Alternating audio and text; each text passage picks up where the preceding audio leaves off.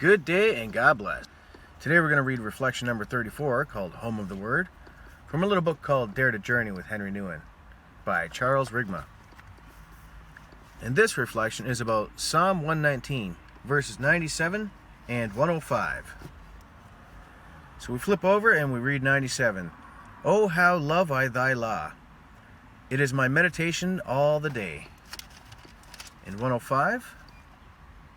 Thy word is a lamp unto my feet, and a light unto my path. So the reflection on that, hearing the voice of the other. Being alone does not mean that we have to come to silence and solitude. Much more is required than simply to remove oneself physically from other people.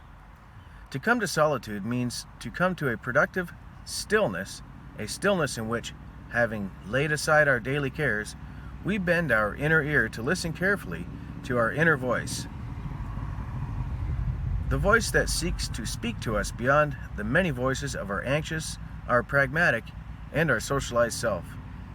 Nouwen reminds us that silence is the home of the word. But not of any word, for if our solitude is to be productive, then we must not only hear the voice of our anxious and socialized self, we need to hear the other voice, the voice of creativity, the voice of the Spirit, the voice of our hopes and dreams, the voice that gently turns us around and sets us on a better path, the voice that calls us to be truer to our greater aspirations. In silence and quiet reflection, this other voice can speak with uncanny clarity and certainty, and when this is prayerfully submitted to God for His approval and possible modification, this clarity can make our life more significant and productive, for we will not be doing simply what is expected of us, but what is creatively new. You know, I believe that. And I've been asking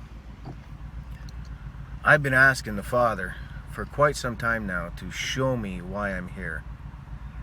To show me the purpose. Why am I actually here? I am a pretty creative guy. I'm not your school book guy. I'm the guy who I've been writing poetry since I was a teenager. I'm that kind of creative. But I've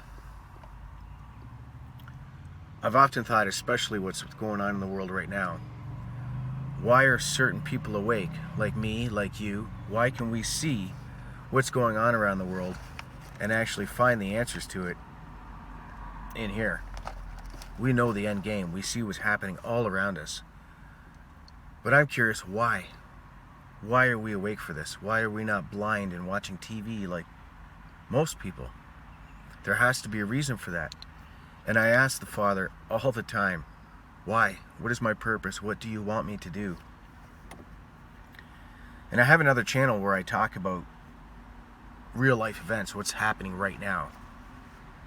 But this channel is dedicated solely to this stuff. They're actually quite similar, but I want to keep them separate.